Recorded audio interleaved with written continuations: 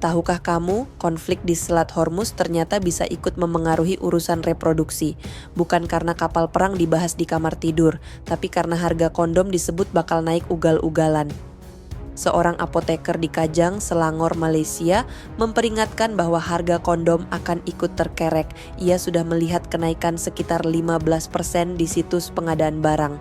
Menurutnya, stok di toko saat ini masih berasal dari gudang lama. Tapi begitu kiriman baru masuk, harga di rak bisa berubah. Peringatan ini bukan isu kecil.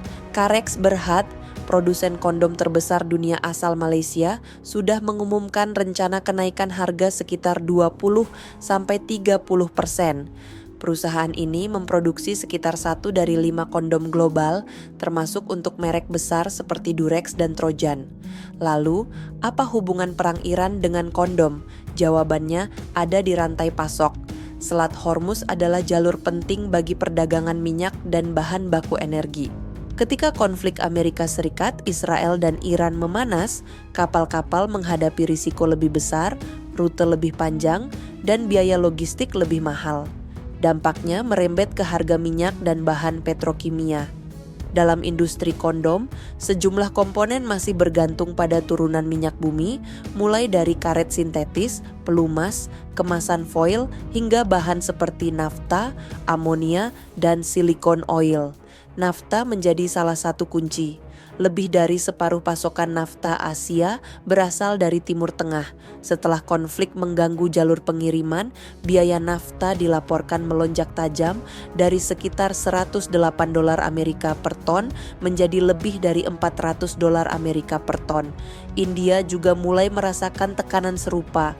Perusahaan kondom Abha menyebut harga karet, lateks, amonia, minyak, dan silikon oil naik dalam beberapa bulan terakhir.